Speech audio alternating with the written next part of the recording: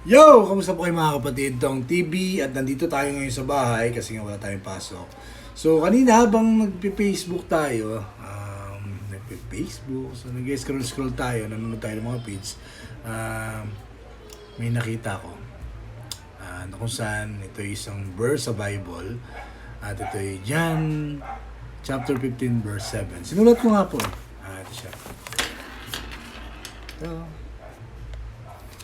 Na kung saan, ang sabi niya dito ay, if you remain in me, and my words remain in you, ask whatever you wish, and it will be done to you.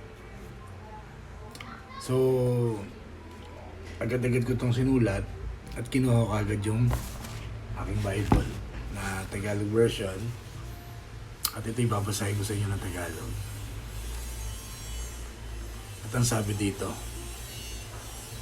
kung nananatili kayo sa akin at mananatili sa inyo ang mga salita ko, hingin ninyo ang inyong maibigan at ipagkakaloob sa inyo. Napakalinaw po. English man o Tagalog, napakalinaw po ng mensahe po ng ating Panginoon na kung saan, kung ang pananampalataya natin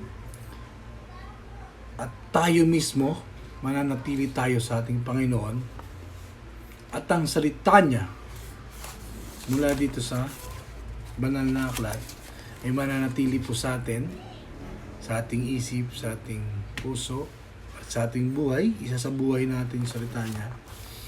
Ano mga yung i-wish natin, ipagkakaloob niya. Napakalinaw, napakalinaw, at napakaganda. Kaya naisip ko kagad, ayokong sarilihin to eh. Ayokong ako lang yung makaalam nitong salita ng Diyos na kung saan alam ko may paraan ako at ito yun.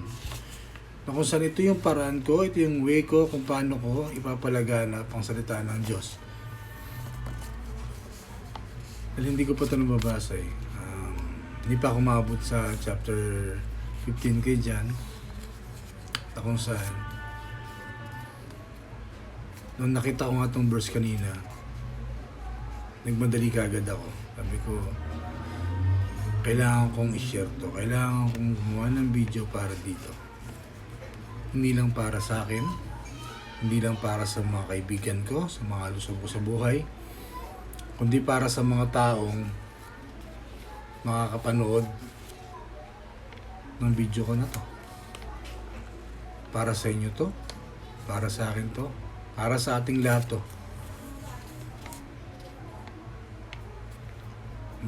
Ayokong sarilihin yung nalaman ko ngayong araw na to.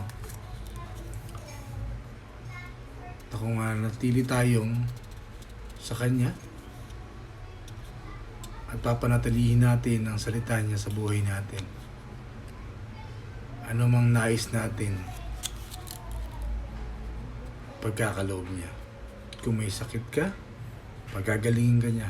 Kung may problema ka, susolusyonan niya. Kung may pera ka sa pananalapi, makakatanggap ka ngayon ng salapi na kailangan mo sa problema mo. Ano mang meron kang pinagdadaanan, suliranin, problema, karamdaman, hilingin mo sa Kanya pagkakaloob niya. Maniwala ka lang at manatili. Minsan matagal yung proseso. Pero dahil sa tagal ng proseso, di mo inaasahan, napakalaki ng darating na biyaya na magmumula sa Kanya. Manatili lang tayo sa Kanya mga kapatid at sa buhay ang banal niyang salita. Amen.